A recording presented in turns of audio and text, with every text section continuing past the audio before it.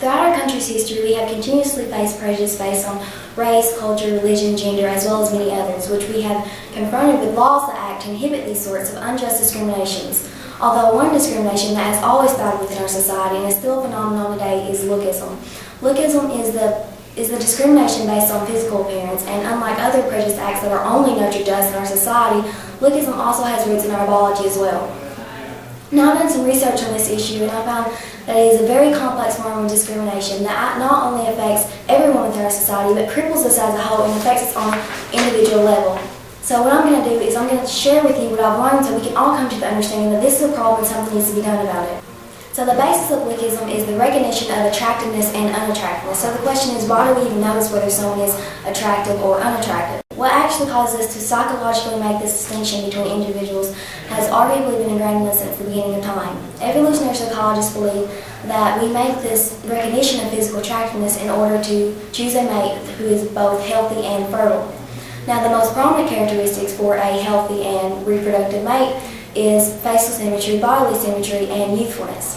The reason being is while symmetry cues signs of health, asymmetry would cue signs of past illness, disease, or mutations, which are all seen as unattractive.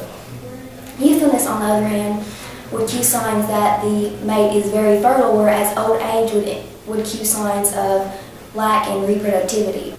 Although it is in our nature to recognize whether someone is attractive or unattractive, the way that we choose to treat people in these categories, which we have consciously as well as unconsciously created, is an effect that has been nurtured to us by our environment or society. One of the biggest issues that has arisen from this nurtured effect is stereotyping among attractive and unattractive people. We have been socialized to adopt these views through a wide variety of influences.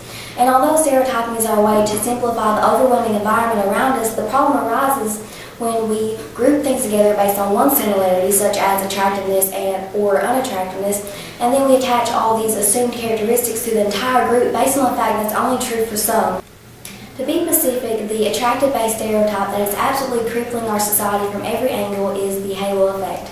And according to psychology expert Kendra Cherry, the halo effect is the conscious bias that refers to the habitual tendency of people to rate attractive people more favorably, which is to have better personality traits such as intelligence and kindness, whereas unattractive people are stigmatized to have bad quality traits.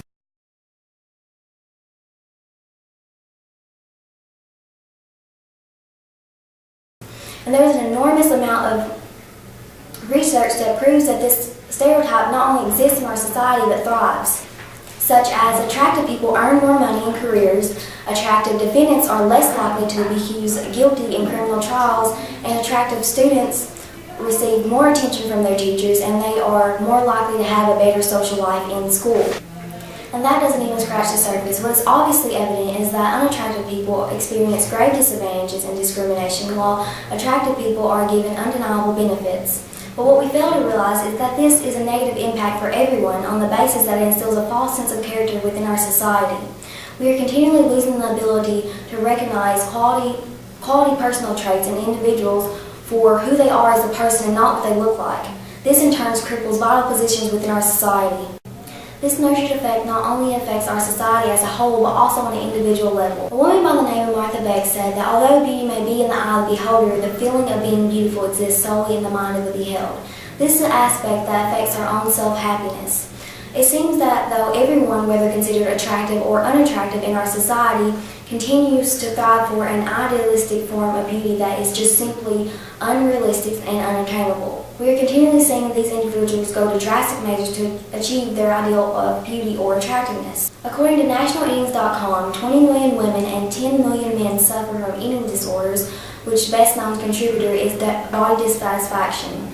And according to PlasticSurgery.org, from the year 2012 to 2013, cosmetic surgery procedures had increased 39%.